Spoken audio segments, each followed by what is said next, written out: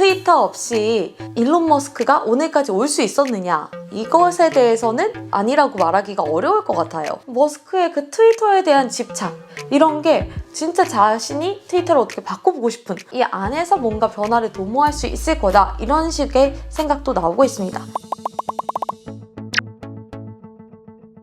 안녕하세요. 서울경제 실리콘밸리 특파원 정혜진입니다. 여러분, 덕업일치라는 말을 많이 하잖아요. 그리고 덕업일치가 된 사람들이 굉장히 행복하겠다, 이런 말들을 우리가 많이 하는데 저는 이 사람이 결국에 덕업일치를 하는구나, 이런 생각이 들었어요. 바로 일론 머스크 이야기인데요. 트위터를 통해서 온갖 기행으로 자신의 존재를 전 세계적으로 각인시키고, 이를 또 사업의 이용에 도움을 받기도 하고, 테슬라 주가는 물론 도지코인, 암호화폐까지 가격을 들썩들썩이게 하면서 온종일 화제의 중심에 있는 이 인물이 결국에 트위터를 인수하느냐 마느냐, 이런 이야기까지 나오고 있는 오늘의 이야기에 대해서 다뤄보겠습니다.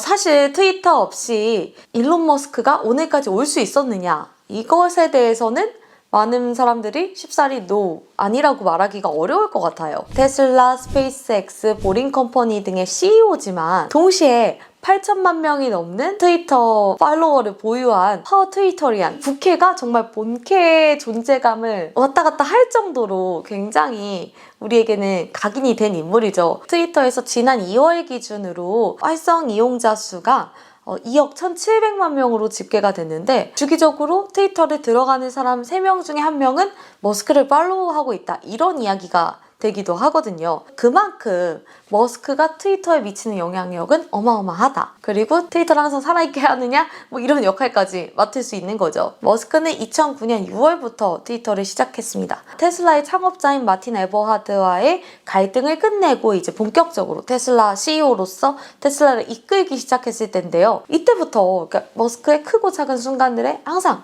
트윗이 있었습니다. 머스크는 평소에도 자신이 트위터에 뭔가를 올려서 이를 통해서 이제 대중의 반응들을 보고 미디어가 후속적으로 따라오게 하는 그런 미디어 전략을 세우고 있어요. 그러다 보니까 더 화제의 중심에 서는 것 같은데, 본인이 사업상의 큰 결정이나 사회에 대해서 뭔가 말하고 싶은 게 있을 때나 항상 트위터를 활용을 했습니다. 특히 지난달 25일, 3월 25일에는 트위터가 기존에 내세웠던 표현의 자유 원칙을 잘 고수하고 있는가? 이걸 가지고 투표를 걸었어요. 그래서 한 200만 명이 넘게 참여를 했는데 70.4%가 아니요 라고 응답을 한 거죠. 기대했던 반응이 나오자 이제 일론 머스크가 다음 트윗으로 이렇게 말을 해요. 새로운 소셜미디어를 만드는 것을 생각하고 있다. 그러다 보니까 도널드 트럼프 전 대통령처럼 소셜미디어 하나 만드는 거야?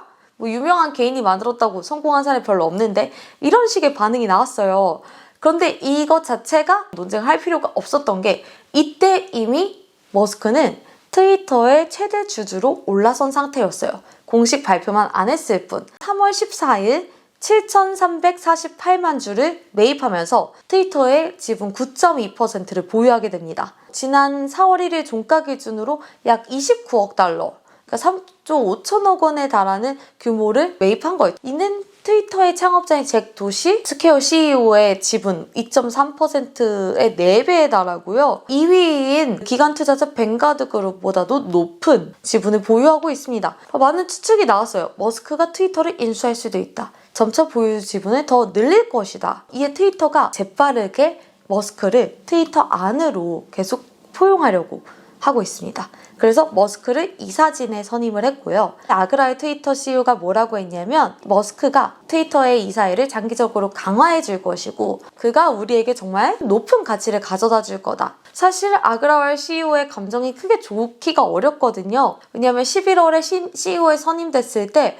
머스크가 또 하나의 사파를 올립니다. 스탈린과 예전에 스탈린의 숙청당한 비밀 경찰 니콜라이 예조프, 이렇게 사진을 올리면서 스탈린, 독재자 스탈린의 얼굴에는 파라그 아그라를 놓고, 또 이 숙청당했던 예조프에는 자신의 친구인 잭 도시 얼굴을 올려놓은 거예요. 아그라왈도 심기가 편치 않았을 거예요.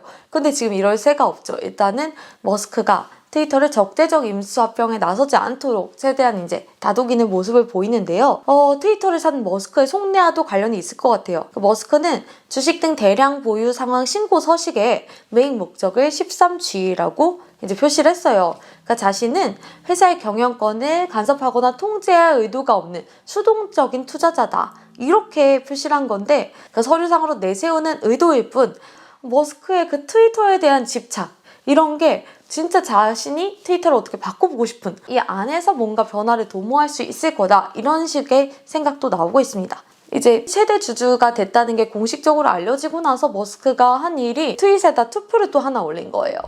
트위터에서 에딧 기능 추가하는 것을 원하는가? 그래서 지금 투표가 진행 중인 와중에 또 트위터가 발표를 합니다. 우리 지금 에딧 그 편집 버튼 기능을 넣는 것을 고려하고 있다. 이렇게 발표를 해요. 그러니까 머스크가 먼저 움직이고 이거에 대해서 팔로워들이 반응을 하면 이제 트위터가 자신들도 검토 중이다, 이렇게 대응에 나서는 거죠. 8천만 명이 넘는 팔로워를 통해서 이제 자신의 의사를 관철시키면 트위터도 이를 따라갈 수밖에 없는 상황이죠. 또 머스크는 아그라엘 CEO가 프로필 사진에다가 NFT를 도입하는 거를 굉장히 부정적으로 봤어요. 이 정책 역시 어떤 변화를 맞을 수 있을 거라는 생각이 나오고 있죠. 그래서 트위터가 머스크 변수로 창사 16년 만에 최대 변화의 기로에 선 것은 확실해 보입니다. 결국 소셜미디어가 자이든 타이든 계속 변화하고 있는데요. 다음에는 한번 기로에 선 소셜미디어 다뤄보도록 하겠습니다. 감사합니다. 구독과 좋아요도 환영입니다. 알림 설정까지 해두시면 매주 업데이트되는 영상을 빠르게 확인하실 수 있습니다.